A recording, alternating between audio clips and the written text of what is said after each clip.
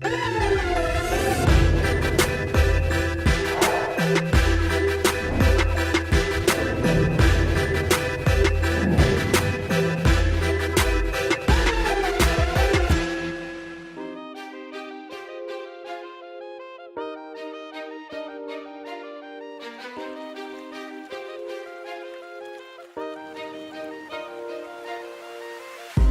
Duke, what's up, man? Good to be here, brother. God bless you for thank you for being here. Indeed. How's it going? Been blessed, man. Been working, man, and doing things and in these very challenging times. My family's good. Had one friend die from COVID. My godson had it, but he got through it. So you feel blessed to still be here, man. So you say you were working. You've been working on some interesting stuff. And one of the things that when I talked to Richard Lawson said this, he said, I like being old school, but operating in a 21st century world. Yes. Understood totally. You have to keep going, reinventing yourself, and not give up. I don't want to retire because I enjoy what I do. When you retire, everything retires, I think. Mm-hmm. So if you keep going, like you have been going for years and still have it all together, that's what I want to be like you when I grow up. I mean, for me, it is the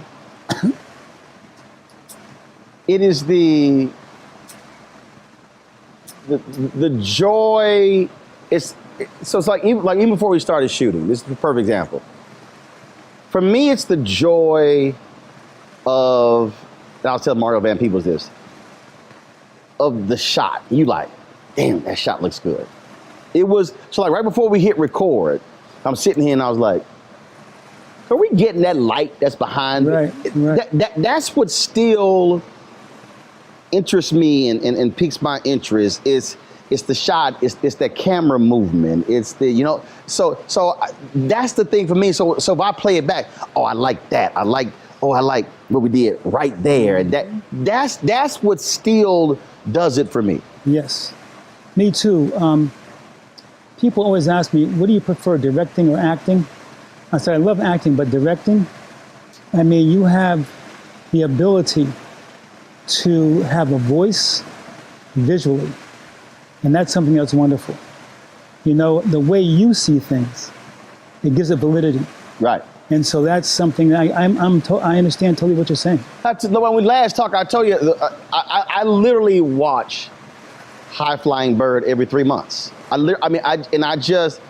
seen that. But I watch it and I'm just watch that movement. Ooh, I like that angle. I like how, that was tight. And I like how, I just like, matter of fact, we were covering a march. We were covering the March the March for Democracy. And we were marching with the marchers. And so Anthony took a rest, I grabbed the camera. And so it was some different stuff I was trying or whatever. And that to me is what still is just so interesting that sometimes, like, it'll keep me up at night. I'll be watching stuff and I'm looking at it and like, oh, I want to try that next time we go out and shoot. I like how those colored lights were used. Right. I want to use that. That's the thing to me that the experiential that keeps your mind going and flowing. It's interesting that you mentioned High Flying Bird. I think you know this, but it was shot. Yeah. With 5 iPhone 7 Plus. That's why I watch it. And when they did their dolly shots, they rolled them around in real. Right. Because the story I read, Soderbergh said that had we done a traditional track, I remember it was coming down a hallway off an elevator, and he said with the wheelchair, he curved around this way as the characters went that way. He said a traditional track, I couldn't have gotten that shot. That's right. So that's what I'm saying. So that's the thing. And I forgot the story. They said he shot with iPhones, and I forgot to say the size of his favorite light. I forgot the size. In the story, they said he shot all he sees with his favorite light, right. And it was just like, and that was it. But I'm saying, but that's the curiosity, and where the satisfaction comes in. that other people may not get it and may not see it, which I think is what keeps the juices flowing and the creativity. And then it's like, ooh, new technology. Ooh, we can add this, and ooh, we can add this and this. That to me, I think is what is so interesting. Well, it's your vision. You know what I'm saying? Your specific way of seeing life, of seeing the scene, the context, putting that all together, in my opinion, is exciting.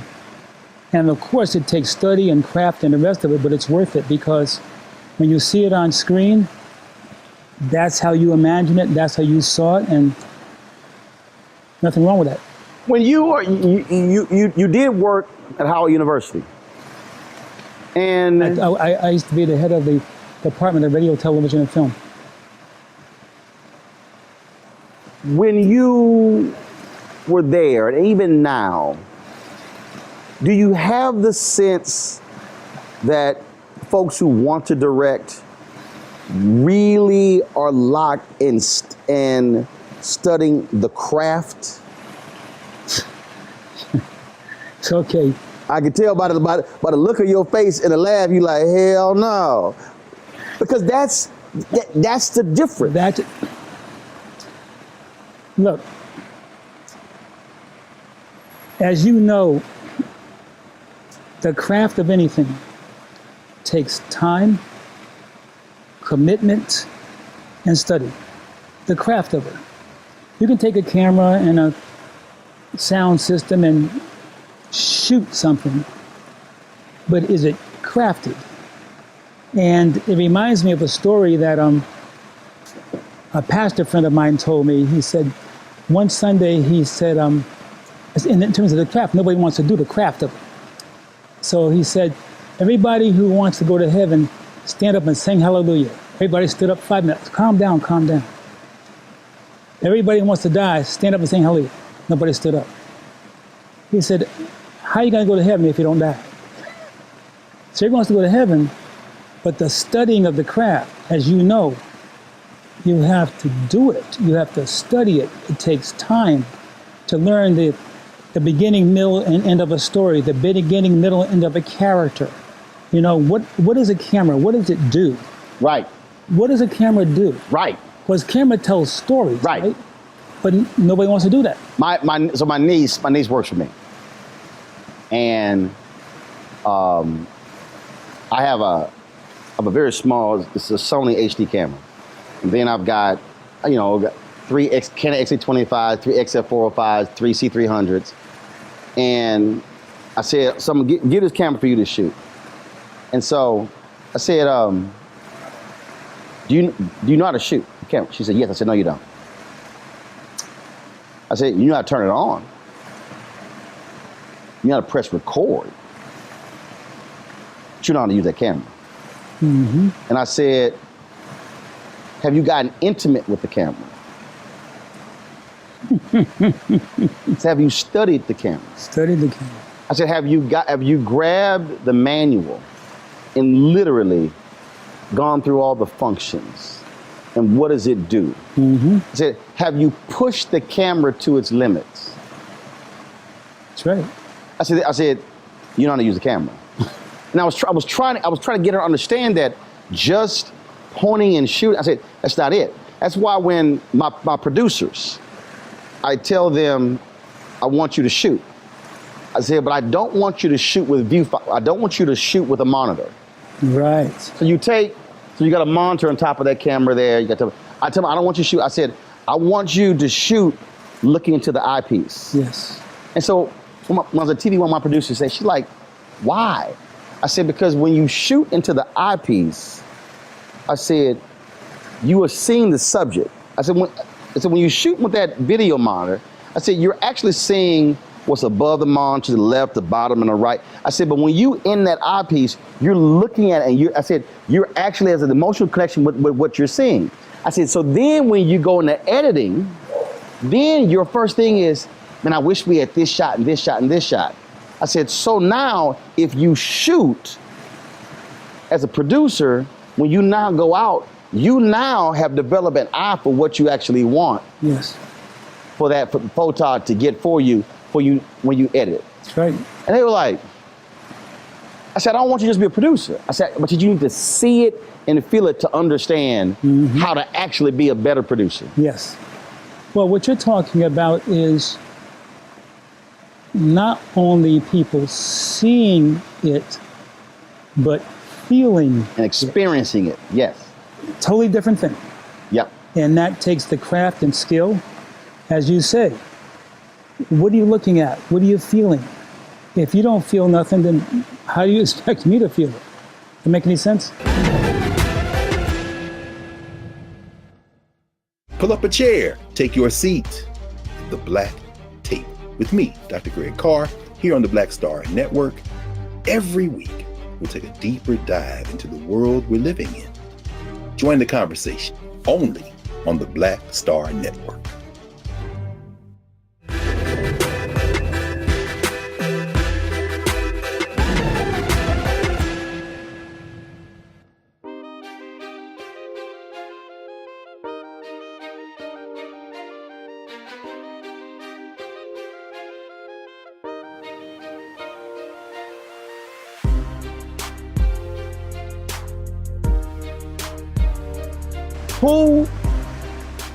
Who really showed you the art of the craft of the who said, Bill, no, this is how you direct.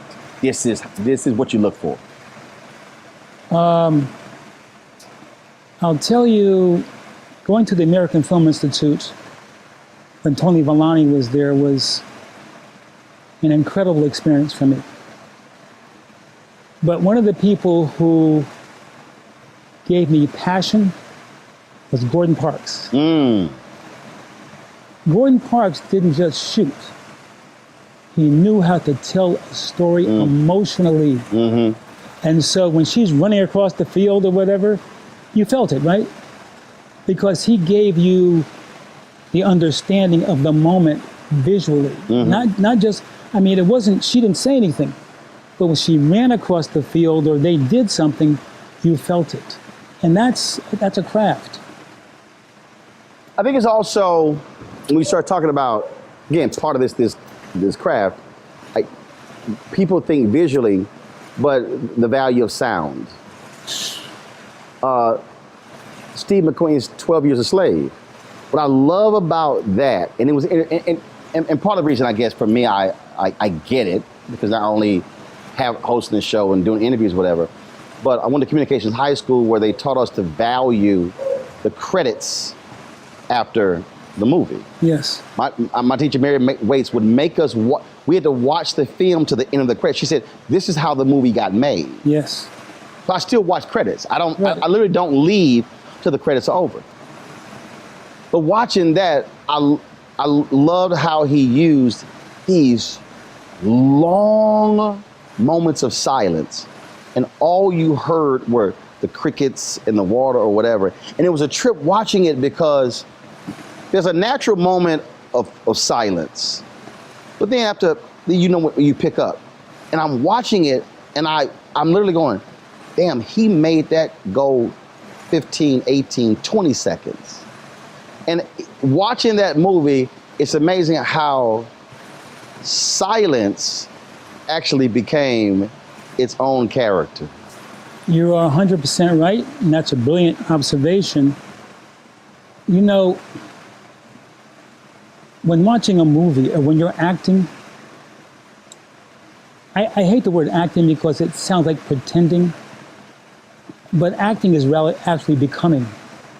After you learn the lines, I tell my students when I'm teaching acting, you fall into darkness backward.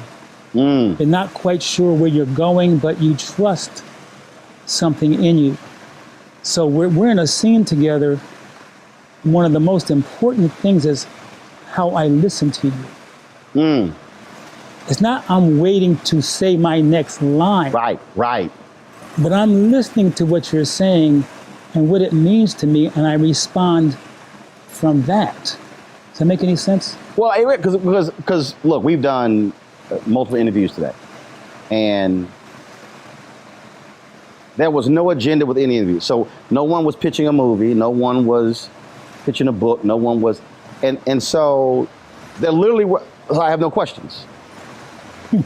Now, I have knowledge of the subject, the person I'm talking to. I have knowledge of their background, but I literally have no idea where the interview is going. Right. Which means that I actually have to listen to understand where I'm going. Otherwise, it's just sort of there. Well, listening is a rare craft these days. You know what I'm saying? It's like, it's wonderful to talk to somebody that really listens to what you're saying. And sometimes before they speak, they really hear you. And that determines their response. Right, precisely. Tone, whether it's melancholy, whether they're sad, whether they laugh, whatever, that now can change the direction of the conversation. That's right. And when you're working in a film, it's like the other actor you're working with determines to a great extent your performance.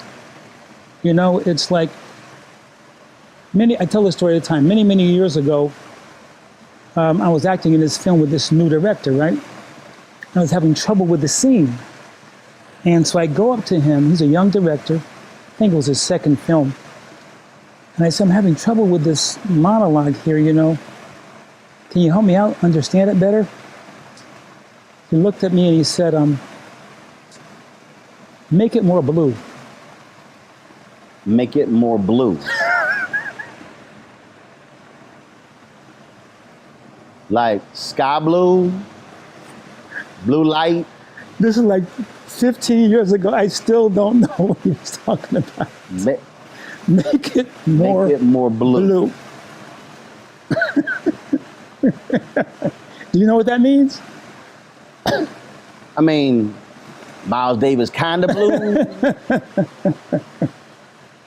Blue suede shoes. What? Wow. I had no idea. I just knew I was on my own. Now, as somebody who is a director, but you're acting, is that when your director side go, you don't know what the hell you doing? That's right. Well, you know, because that's not direction. It's not direction, but a lot of directors know the camera, they know lenses, they know sound, etc., and editing. But working with actors and having, because as actors, we have to trust you. Right. And so that, you know, because we're vulnerable. So we need you to really guide us and help us. And when we have moments of doubt, reassurance of some kind, or putting us in a direction that makes it work for us. But to talk to somebody that has no idea what acting is, that's it's a challenging experience. There have been a number of roles that you played in, a number of, and what's interesting, even when I look at the comedic roles you play, you don't get the comedic lines, but you end up being so serious that it ends up being funny. Right. Have you ever actually done just a comedy? Unfortunately, not really, no. See, okay, so I interviewed Courtney B. Vance. Yeah. It was the same thing. Courtney did all of these serious roles. And I had him on my show, I said, Courtney, when you gonna do, bruh, a comedy? And it was, he was like, he's a good idea, blah, blah. He said, it never really hasn't happened. And then when he did Office Christmas Party, oh my God. First of all, that movie is crazy. And I was so happy to see him. And so even though he played this serious guy, I was cracking up laughing. And when I saw him, there's never an opportunity to do that. Have you wanted to do that? Well, you know, the closest I've come to that And people laugh at that scene every time they see it. And I swear to God, I've traveled around the world, as you know. And every time I go to a country, they repeat this line, from menace to society. Of course.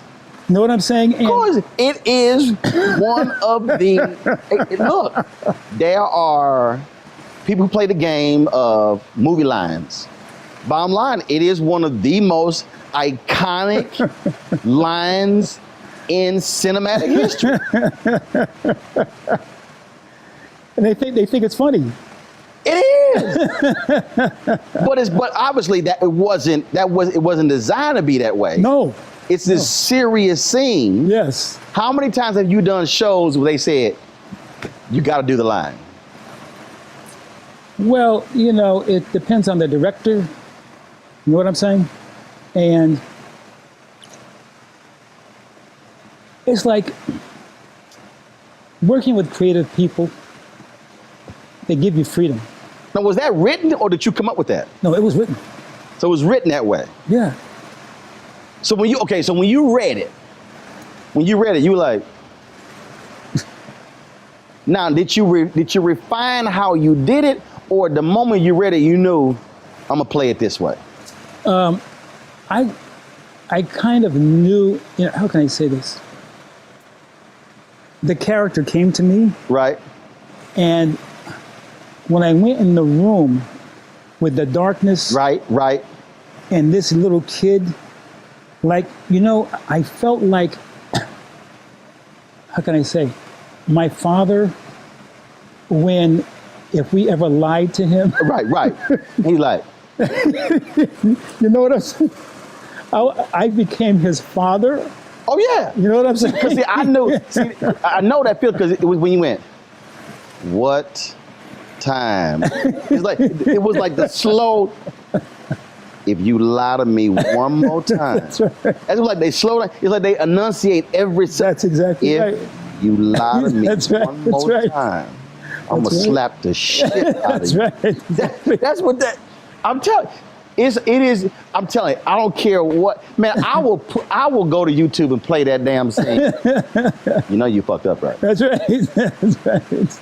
That, It's like, it reminds me, when, true story, man, if my sister and I were little kids, and my father and mother told us not to ride our bikes on the street, but the sidewalk, in those days, there was like a community. yes.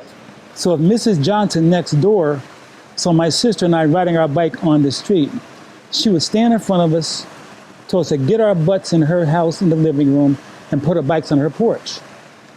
She would say, don't say a word. She would get on her phone and call my father at work and say, Bill, they rode the bikes on the street. My father would say, I'll be there in an hour. That was the longest hour Precisely. Oh, I know of that. our lives. Because we Oh, you knew about to happen. My niece decided not to turn in homework for a couple of months. Now, my wife we've raised 6 of my nieces on numerous occasions. Mm-hmm. My wife was like, you're going to have to go to the school. Now I'm already pissed. Because see, now I got to stop what I'm doing. Mm-hmm. So, man, I go to the school. It's my oldest niece, Atlantis, one who worked for me. So I go to her room. I said, where's her desk? So I teach it to me. So I'm pulling shit out the desk. It's stuffed all, all homework and stuff. Uh-huh. I said, how many assignments has she not turned in? So I'm done. So I'm about to leave. So I'm leaving. And they coming back from lunch, and I turn that corner, and they all lined up, and she see a bump of shit. And that's all I said. Uh-huh. See your ass up to school. That's right. So I know for the next 4 hours, she was, right. So I go to school, pick her up. And it was literally, if you take that scene, and I'm driving, get your ass turn in your homework. Mm-hmm. No. You know what's going to happen when we get home, right? That's right. What's going to happen? Uh-huh. I'm going to get a whip? No. I'm going to beat your ass when you get home. That's exactly what it was. Look, man, there are consequences. But Roland, here's the thing. Today, if you spank them, that's abuse. No. You know, you know what I'm saying, though, right? You know they can call 911 on you now. As the comedian Thea Vidal said, she said her daughter's like, "Mommy, I can call a cop." She said, "Bitch, you gotta get to the phone." I'll never forget Thea Vidal, comedian in Houston. She said, "Help her, you gotta get to the phone." Get to the phone first. She said, I love it. She said, "You gotta get to the phone first." I love it. Yes. But it is, and I know you have to be saying, I have done all these movies. I have directed, acted, and that is the one. It's crazy. I was in Japan. I'm walking down the street. These two young boys passed by me. They turn and say, you. I say, yeah. You Bill Duke. I said, yeah. You know you don't puck up, right?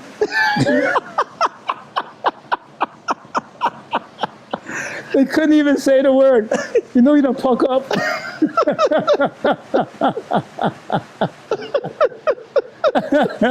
I laughed so hard, man. Don't you think it's time to get wealthy? I'm Deborah Owens, America's Wealth Coach, and my new show on the Black Star Network focuses on the things your financial advisor or bank isn't telling you. So watch Get Wealthy on the Black Star Network.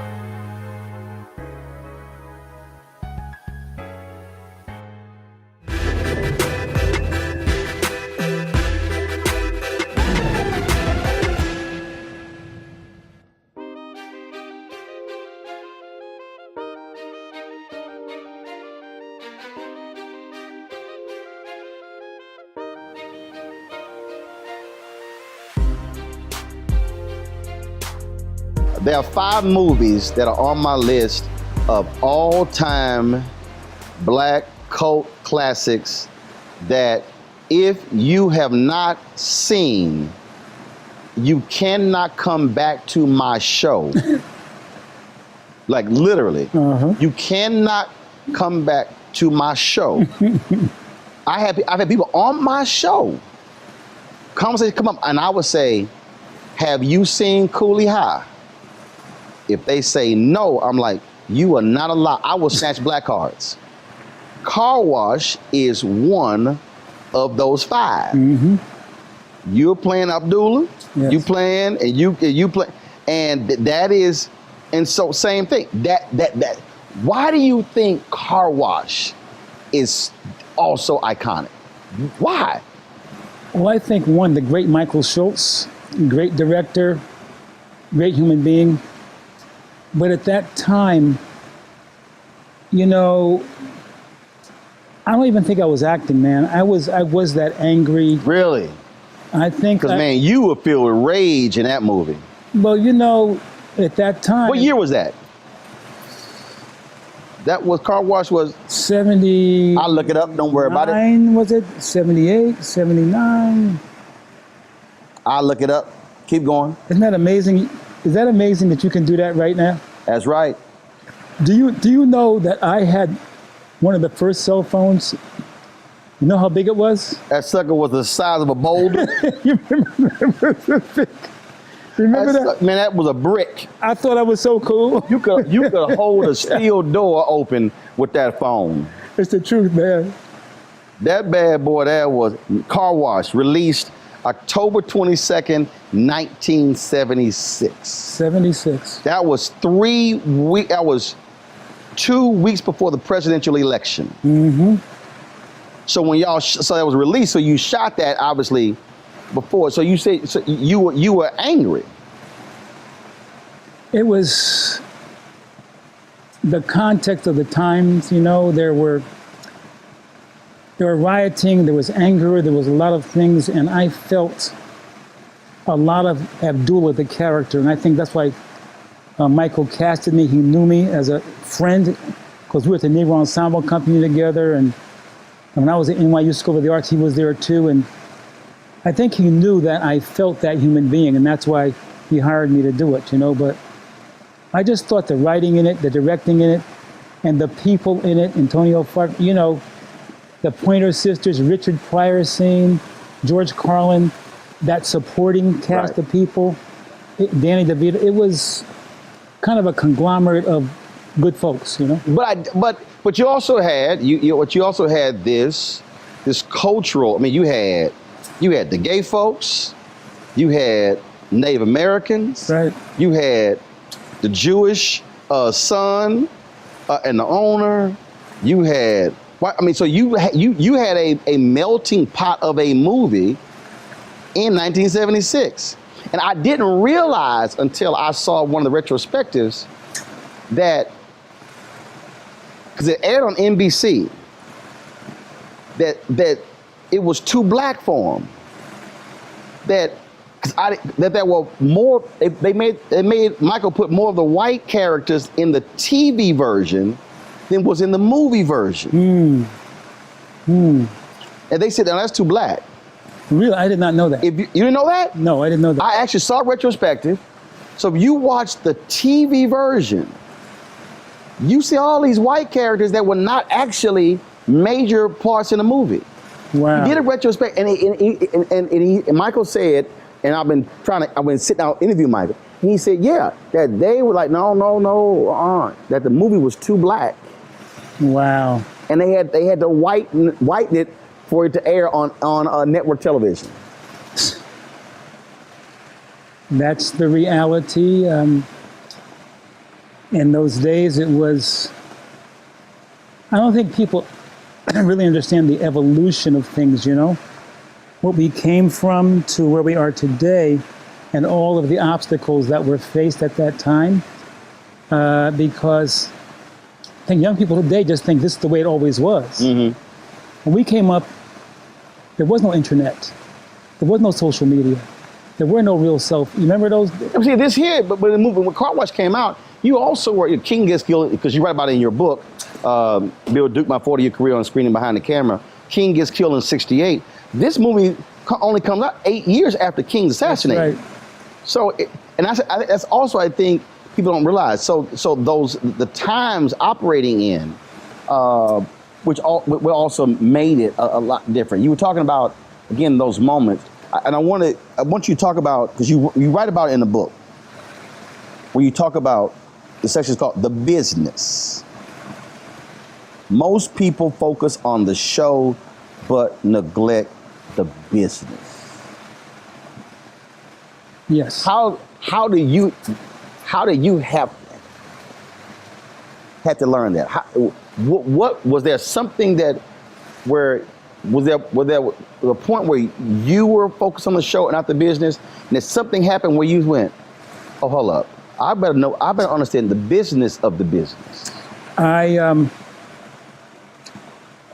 I came up in New York as a stage. I wrote plays and for the stage and directed my own plays, etc. Went through that whole process and became an actor in New York, NYU School of the Arts, and had a good acting career, etc. And I was always interested in directing film, but I was intimidated by the cameras, the lights, the size of the crews and everything. And so I was just like, was afraid to do all that. I was in a TV show called Palmerstown, USA. Oh, no, say that. Palmerstown, USA? Yeah, it's on CBS. Yes. Yes. Norman Lear. No, I remember, I watched the show. And Alex Haley. Yes. No, I remember the show. Yeah, 2 seasons. And I thought I had made it. It was like set in the South. Yes. Yeah, because I remember you in overalls. That's right, black family and white family. No, I remember. Yes. And I thought, hey, a TV series, da-da-da-da. After the series was canceled, I did not work for 2 years. Wow. And that's when I said, I think I better get over my fear of directing so I have other options. And that's when I went to the American Film Institute and started my directing training there. And so that's, that was a light bulb for me. See, that's the point that you just made there was interesting. Tashina Arnold, I saw her speak here at an event in LA, and she said it was 10 years when Martin got canceled, where she got another sitcom. And she said, here I'm thinking, hit show, whatever. She said it was a decade between Martin and Everybody Loves Chris. She said 10 years. 10 years. Wow. You have to have, how can I say, those are not painless times, because people think rejection, or you just get over it, right? But you don't, man. They say don't take it personally, but when you're rejected and rejected and rejected and rejected and rejected, Right. something happens. And so to survive that, you have to have tenacity, reinvent yourself, self-worth, because what they're saying is that you're not worthy, you're not worth anything. And so you can't believe that, but I'm just simply saying it hits you. 10 years is a long time not to work, man. That's a long time.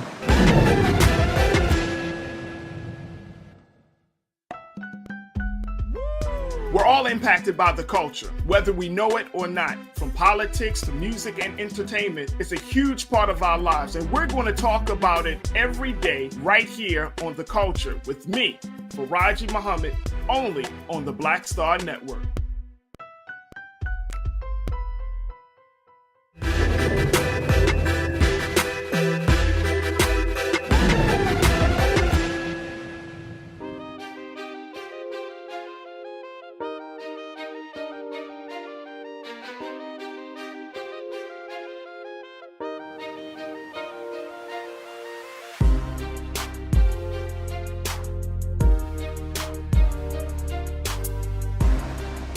How did you get into this? Did it just happenstance? Was it accident? Was it how?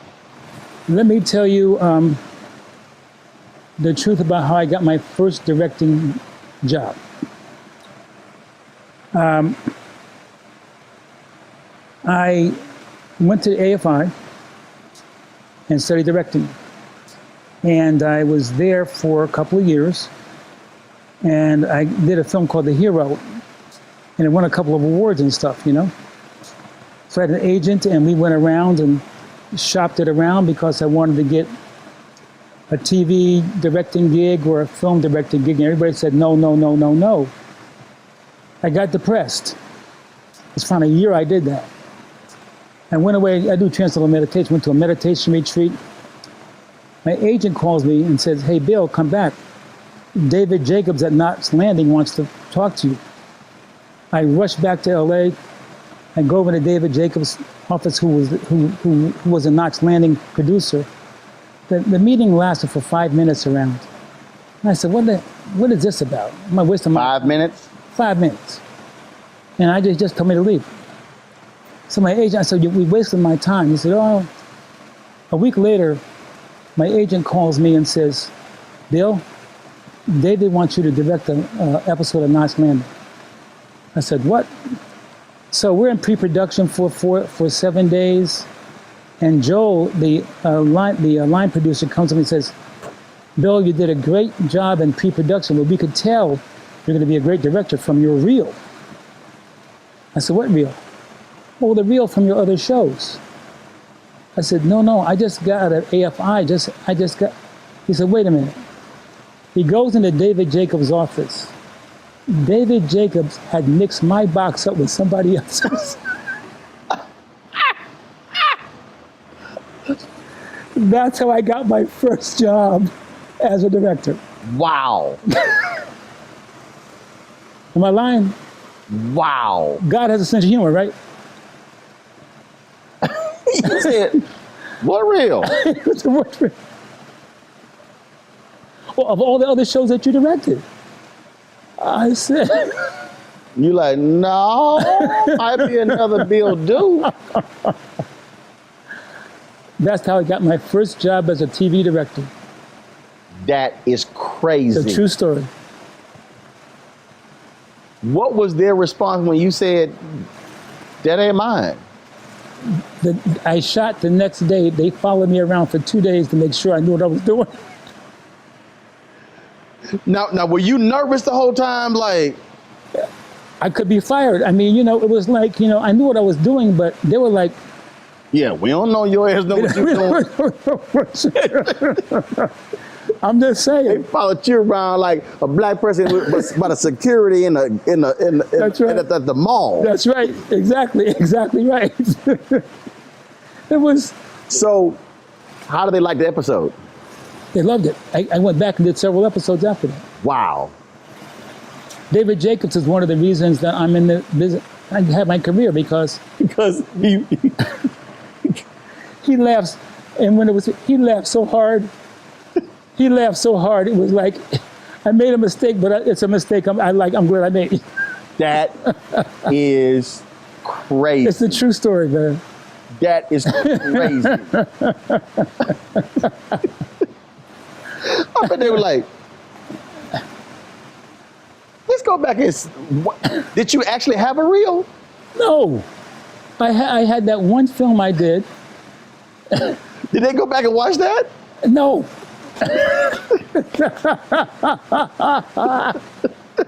No, they couldn't hire another director because it was the first day of shooting. Right. So they had to let me do it.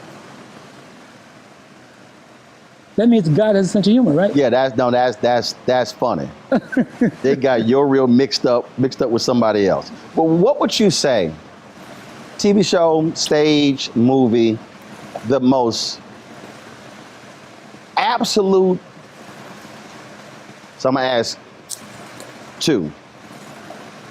What was the most fun you had as an actor and a director? Doesn't matter what it was, directing or acting. The most, what project, what movie? Was it a movie? Was it TV? Was it big screen? Was it stage? Was it off Broadway? Where you just had fun? I would say the most fun I ever had. One of the greatest people that doesn't get the credit he deserves. Noah Van Peebles ain't supposed to die a natural death on Broadway. Mm-hmm. It was an incredible cast of people. As you know, acting on stage is different from being in a film. You don't get no second takes. Right. You do it or you don't. That's why I like live TV. I'm the same. And that red light, come on. Player, it's time to go. Time to go. And directing wise, Sister Act 2 with Whoopi was great. It was great. And also Deep Cover with Lawrence Fishburne and Jeff Goldblum. Oh, man. Those guys, to work with those guys, see how serious they are? They're two of the funniest people. Great sense of humor, One of the best scenes was the sister, I cannot remember her name. She played the love interest. When they were arguing, she's like, "You're fucking up my high." Oh my God! I read later because she stopped acting because I think she has MS. Yes.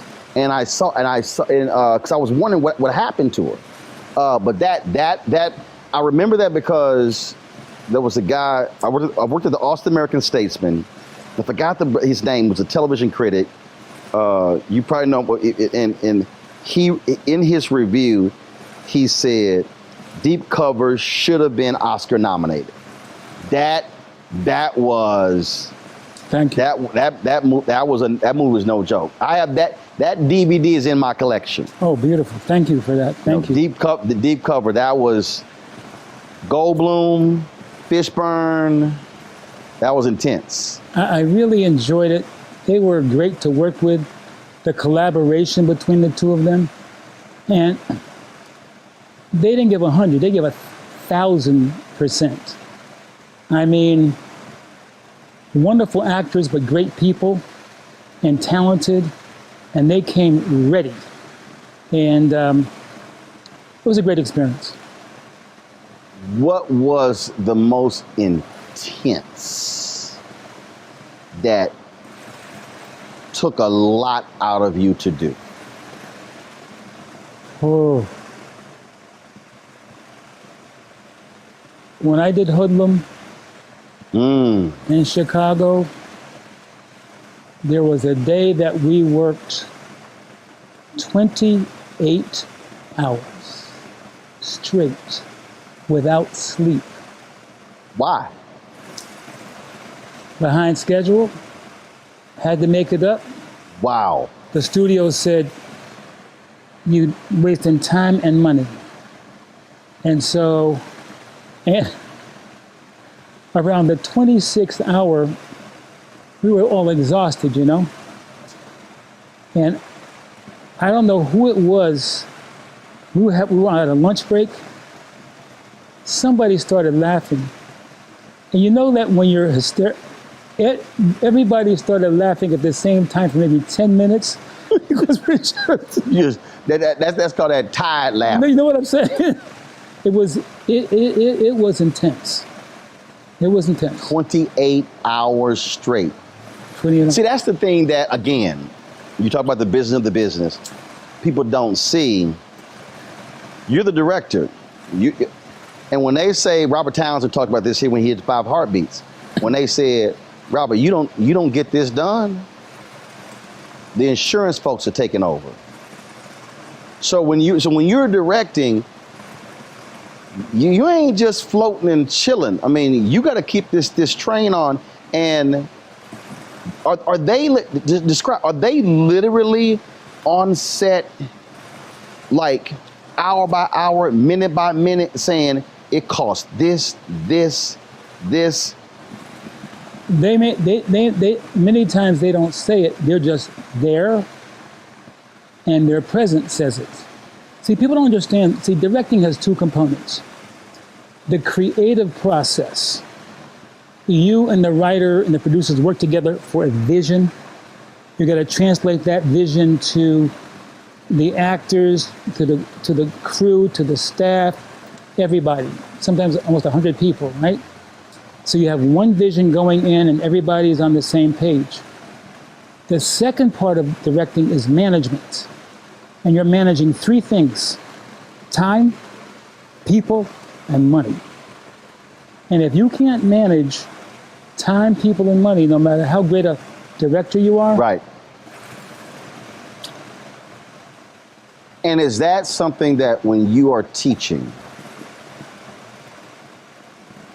you might have a student who is extremely creative, but they can't do that, and you say, one does not work without the other? Well, you may make the movie, and then you should put it in your closet. Because if you don't understand distribution, marketing, and the rest of it, it's like your grandfather gave you $100,000. Well, how are you going to market it? How are you going to sell the movie? They give him his money back. Right. A lot of people have passion. I'm not saying anything against passion. Right. But passion without a plan is called frustration. See, I tell people, I often am saying to staff, to others, the business of the business.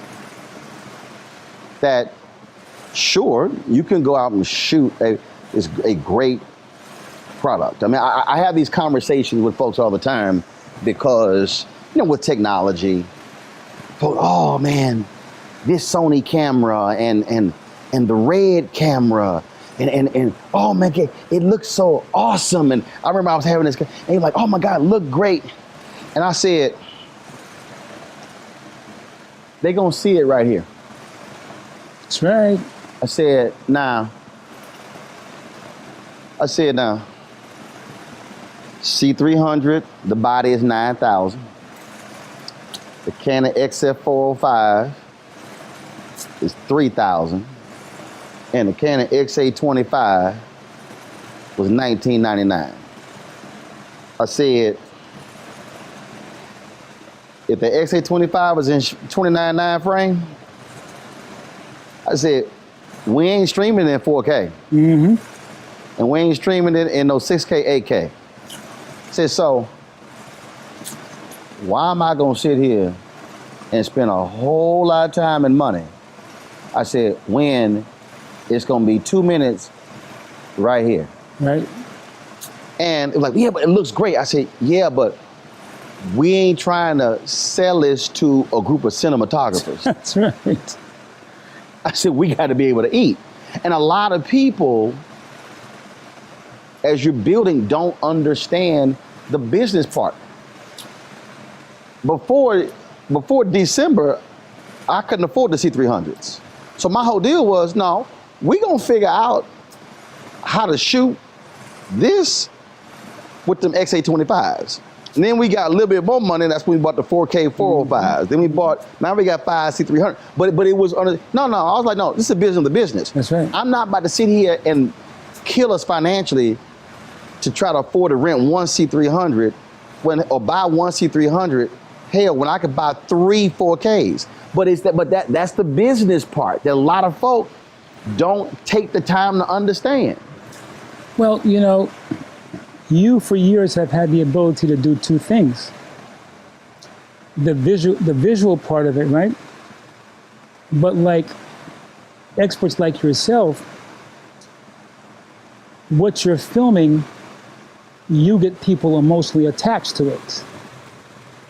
Because no matter what they see, like you see a lot of action movies, explosions and da-da-da-da. Nobody cares about anybody who dies. Right. But to make people care, Right. over the situation.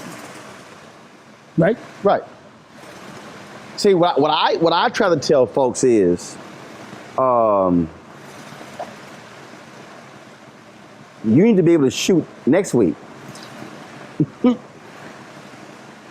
I'm like, you spend all your money this week. Okay, but can you shoot next week? And then next month? That's right. And that's the thing that I think. So when you talk about being a director, I remember when Selma, I read a story on Selma, and the story was on all of these directors who passed the movie up. I think Spike Lee passed, Lee Daniels passed, and all these directors said, I can't make this for 25. And Ava DuVernay was like, I can make it for 25 million. She's like, oh, and so again, that was one of those things where she was like, no, we gonna figure this thing. That's right. And that's the piece I'm always saying, don't focus on, man, I wish we had this. I'm like, we don't have that. Mm-hmm. So let's figure out how we gonna take this and make a great product. That's right. Well, I think that minorities and particularly black folks are alchemists. They gave us guts, turned them into chitlins. And we still do that today. Mm-hmm. It's alchemy, right? Mm-hmm. Now, what you give us... No, we're going to figure it out. We're going to figure it out. My grandfather could feed 50, 60 people in a house with 2 chickens and a pot of gumbo. Everybody had a piece of meat. Now, it wasn't a large piece of meat, but you got a piece of meat. That's right. In your gumbo bowl. That's right. That's exactly right. That's exactly right. And you will figure it out. That's right. Hi, I'm Dr. Jackie Hood Martin, and I have a question for you. Ever feel as if your life is teetering and the weight and pressure of the world is consistently on your shoulders? Well, let me tell you, living a balanced life isn't easy. Join me each Tuesday on Black Star Network for A Balanced Life with Dr. Jackie. We'll laugh together, cry together, pull ourselves together, and cheer each other on. So join me for new shows each Tuesday on Black Star Network, A Balanced Life with Dr. Jackie.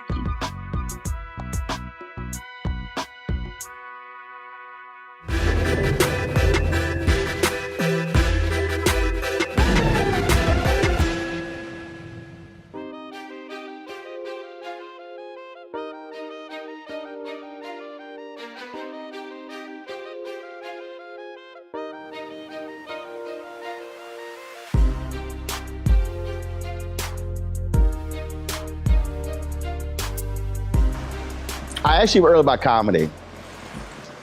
What is it? You've done a lot, but what is it that you have yet to do that you really, really, really want to do? Is there a particular project? Is there something on the acting or directing that you say, I got to do this?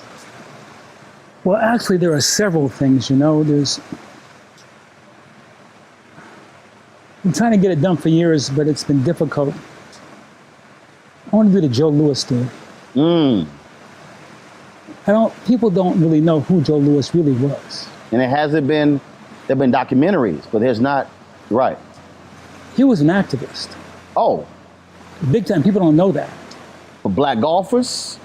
Do you know what happened to him when he first tried to bring blacks to the golf clubs with him? Mm-hmm. That they said, well, you can come in, Joe, but not the other people. He said, no, if you don't let my friends come in, I'm gonna go to the paper. Say, okay. Yep. So he brought his friends in, and when they hit the balls, and the balls went to the holes, and they brought the balls out, it was covered with human feces. Mm-hmm. Human feces. Mm-hmm. That's one of the things he went through. And then, you know, that he did these fights around the world and made lots of money, but he took the money and donated it to the army because he believed in the war. Mm-hmm. Because he was an activist, they taxed him, you know this story, they taxed him on the dollars that he gave. And that's how he went broke. Right. So, after that's how you owe the government. And I always wanted to, because I just admire him for who he was, what he did, one of the greatest fighters that ever lived. Because because what has been created of Joe Louis, oh, he was quiet Joe, didn't say anything, as if outside of the ring he was just this docile, meek figure. No. Demurred. No. See, that's why who's telling the story matters. It's by who? That's why who is telling the story matters. Yes. Because it's how you now frame a Joe Louis. That's right. Because I think if you ask the average person, it's when you see the films and he wasn't loud, he wasn't boisterous, he wasn't all of that, but there was something behind that quiet. I call that quiet inferno. He loved us as a people. He was respectful. He had his own self-caring, but he cared about us also. So he tried to leverage his celebrity to our benefit. Mm-hmm. And when that was seen, he was cast as a, stay in your box. You're jumping out your box, Joe. Right. You're giving your money, just shut up. And he didn't. Pay the price. Last question for you. I ask this of a lot of musicians, and typically the work they cite is the one least appreciated by fans. So out of all the movies you starred in or directed in, what is your favorite? That's for you, that you... Wow. That's a hard one, man. That's... Because there's one, every musician will say, it was this album. Didn't sell a lot, but it was this album, it was this song, it was it. So again, not it may be something we had never even saw. But for you, it meant something personal to you. It spoke to you. It was. I think that Deep Cover. Because it talked about one of the major problems in our community, which is drugs. And the gentleman who wrote the book was a drug enforcement agent who was fired because he was dealing with what he called the mules on the street, you know, those black folks that sold the drugs to each other on the street. And he said, well, one day, wait a minute. This is a white guy. They're not manufacturing it. They're not shipping it. They're not the... So he went to his bosses and said, hey, you know, I want to focus on the people in the office buildings and stuff that are blah, blah. They told him to shut up. Mind your business and deal with the mules. And he quit and wrote the book. And it was courageous. I just thought that was, I really wanted to tell that story because, as you know, the drugs are dumped into our community and we're seen as the, but I wanted to talk about how they got there and so on. So it was an important topic for me. Well, I dare say, first of all, folks should see that. They should absolutely get your book. Can I do a shameless pitch? Yeah, go ahead. I have 3 things. That book. I have another book that you can get on Amazon called Works of the Invisible Man, which is my poetry book. And then there is my network that's coming out called the Unite Network. And The Journey, which is another book about life's journey. So I'm, you know, like you, man, I never want to stop working, man. I love what I do. And so don't know how much more time I have here, but I just want to keep doing what I love. Keep creating. It keeps you alive, right? That's right. That's right. Well, you talk about Deep Cover, and I know everybody loves and that iconic line in Menace to Society. But I dare say, if they watch High Flying Bird, they invented a game on top of a game. True story. And that's not just in sports. True, brother. They invented a game on top of a game. That's right. That one line. But I still think my favorite scene, though, is when y'all in the office and Sonia Son mentions slavery and you like... and then and she's sitting here, and then finally she's like, get the fuck out of my office. That's right. That's right. I love that scene. I love that scene. When you were like, do not mention slavery in my presence. I cracked, and she was like, what? Huh? Get the fuck out of my office. That's right, exactly right. I loved it, man. Oh my God, that cracks me up. That was, you know, again, working with Stephen, man, is he is a courageous director that deals with topics that are controversial, and that's why I like working with him. It's my 3rd time working with him. Folks got to see it. I'll tell you. I love checking it out. I love it. Bill Duke, I appreciate it, my man. God bless you, man. Yes, sir. And thank you for your great work that you continue to do. And sincerely, man, I mean that. I appreciate it. Thank you. Thank you. All right.